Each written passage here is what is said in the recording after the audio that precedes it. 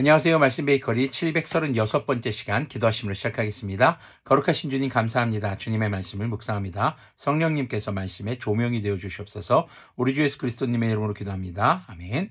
네, 오늘 보실 말씀은 사무엘하 19장 18절 상반절부터 30절까지 말씀 보도록 하겠습니다. 왕이 요단강을 건너려고 할 때에 게라의 아들 시므이가 왕 앞에 엎드려서 말하였다. 임금님, 이 종의 허물을 마음에 두지 말아 주십시오. 높으신 임금님께서 예루살렘을 떠나시던 날 제가 저지른 죄악을 임금님께서는 기억하시거나 마음에 품지 말아 주십시오. 바로 제가 죄를 지은 줄을 이 종이 잘 알고 있습니다. 그렇기 때문에 제가 오늘 요셉 지파의 모든 사람 가운데서 맨 먼저 높으신 임금님을 맞으러 내려왔습니다. 자, 북왕국 이스라엘의 지도자들은 토론만 하고 있었습니다. 그런데 시므이는 달려옵니다. 왜요? 자기가 지은 죄가 있거든요. 까딱하면 죽게 생겼거든요. 스루야의 아들 아비새가 그 말을 받아서 왕에게 말하였다. 주님께서 기름 부어 세우신 분을 시므이가 저주하였으니 그것만으로도 시므이는 죽어야 마땅한 줄 압니다. 그러나 다윗이 말하였다. 스루야의 아들들은 들어라. 나의 일에 왜 너희가 나서서 오늘 나의 대적이 되느냐? 시므이가 다윗을 저주할 때 했던 말과 똑같습니다, 지금. 내 일인데 너희들이 왜 나서니? 라는 겁니다. 내가 오늘에서야 온 이스라엘의 왕이 된 것 같은데 이런 날에 이스라엘에서 사람이 처형을 받아서야 되겠느냐? 왕이 시므이에게 맹세하였다. 너는 처형을 당하지 않을 것이다. 자, 지금 다윗은 시므이를 용서하는 것일까요?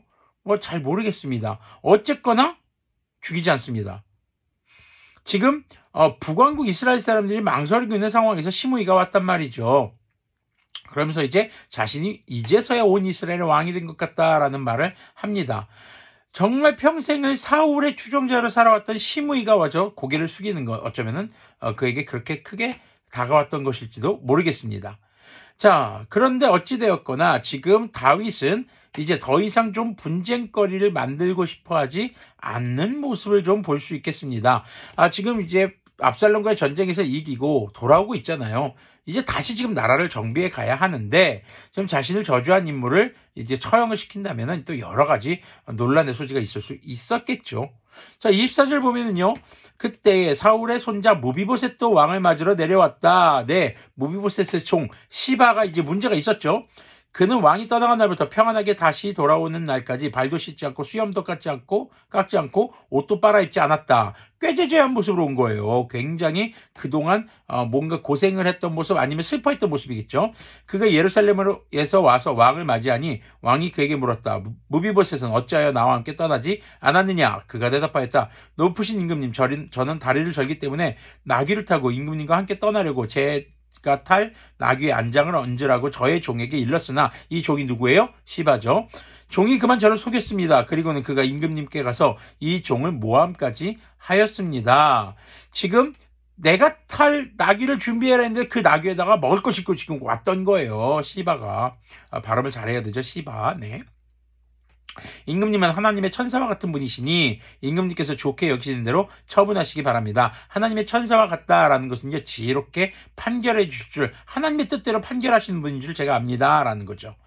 28절 보니까요. 제 아버지의 온 집안은 임금님에게 죽어도 마땅한 사람들 뿐인데 임금님께서는 이 종을 임금님의 상에서 먹는 사람들과 함께 먹도록 해주셨으니 이제 저에게 무슨 염치가 있다고 임금님께 무엇을 더 요구하겠습니까? 자, 무비보셋은 아주 겸손하게 말합니다. 다 괜찮습니다. 그저 임금님과 함께 식사를 하는 것만으로도 저에게는 충분합니다 라는 겁니다. 이것은요, 다윗과의 관계가 깨지지 않기를 간절히 바라는 무비보셋의 그런 마음이 담겨있는 말이라고 할 수 있겠죠. 자, 그러나 왕이 그에게 말하였다. 내가 어찌하여 그 이야기를 또 꺼내느냐? 나는 이렇게 결정하였다. 너는 시바와 밭을 나누어 가져라. 무비보셋이 왕에게 아뢰었다. 높으신 임금님께서 안전하게 왕궁으로 돌아오시게 되었는데 이제 그가 그 밭을 다 차지한들 어떻습니까? 자, 지금 무비보셋에게 중요한 건 뭡니까? 다윗 왕과의 화목함입니다.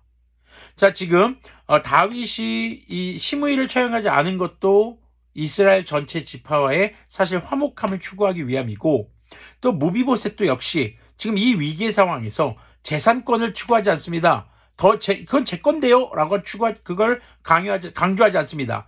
다윗과의 관계, 함께 식탁을 나눌 수 있는 그런 가족과 같은 관계를 계속해서 유지하기 위해 겸손하게 애쓰고 있는 무비보셋의 모습을 볼 수 있습니다. 자, 이처럼 위기에서 이제 벗어나고 다시 이제 삶을 안정화해 나가는 데 있어서 중요한 것은 바로 이 화목입니다. 이웃과의 화목, 그리고 그런 오해들을 풀고, 사실 무비보셋은요, 다윗이 좀 성급하게 잘못 판단한 게 맞아요. 그러니까 다윗이 밭을 나눠 가지라고 한 것은 시바에게 했던 약속을 자기가 물을 수도 없는 노릇이고, 그리고 또 무비보셋에서 잘못 판단했던 것이 있었기에 이것을 좀 절충점으로 찾은 겁니다. 이것도 역시 화목하게 지내기 위한, 뭔가 좀 트러블을 일으키지 않으려고 하는 그런 태도라고 볼 수 있겠습니다. 자, 우리의 삶의 태도는 어떤가 한번 돌아봤으면 좋겠습니다. 우리 주변의 사람들과 트러블을 일으키고 있는가, 아니면 화목하게 지내는 것이 목적이 되고 있는가. 물론 화목하게 지내자고 해서 죄도 함께 짓자는 얘기는 아닙니다. 그것은 주님과의 화목이 깨지기 때문이죠. 우리는 주변 사람들과, 아니면 내가 함께하는 사람들과 화목하게 지내려고 노력을 합니다. 그런데 주님과는 얼마나 화목하게 지내기 위해서 노력하는지도 돌아볼 필요가 있겠습니다. 우리는 주님과 화목해야 하고, 또 우리가 함께하는 이웃들과도 화목할 수 있어야 하겠습니다. 그것은 오직 주님이 주신 지혜로만 가능한 것이라고 봅니다. 자, 여러분들이 오늘도 주님과 화목한 관계를 위해서 주님 앞에 겸손하게 주님의 뜻을 구하고, 주님이 내리시는 모든 결정에, 주님의 말씀에 우리의 욕심을 내려놓고 따르는 그런 모습이 되길 원합니다. 무비보셋이 다윗에게 했던 것처럼요. 그리고 이 땅에 살아가면서 분쟁의 요소를 만들기보다는 주님의 말씀과 주님의 뜻 안에서 우리가 늘 주변의 이웃들과 화목할 수 있기도 소망해 봅니다. 기도하겠습니다. 거룩하신 주님, 감사합니다. 주님과 화목하고 우리가 늘 함께 신앙생활하는 성도들과 이웃들과 화목할 수 있는 그런 주님의 자녀가 될 수 있도록 긍휼을 베풀어 주시옵소서. 우리 주 예수 그리스도님의 이름으로 기도합니다. 아멘. 네, 오늘은 금요일이죠. 어제가 목요일이었습니다. 지난 화요일과 목요일을 생각하면서 화목하기 좋은 하루가 되시기를 바랍니다.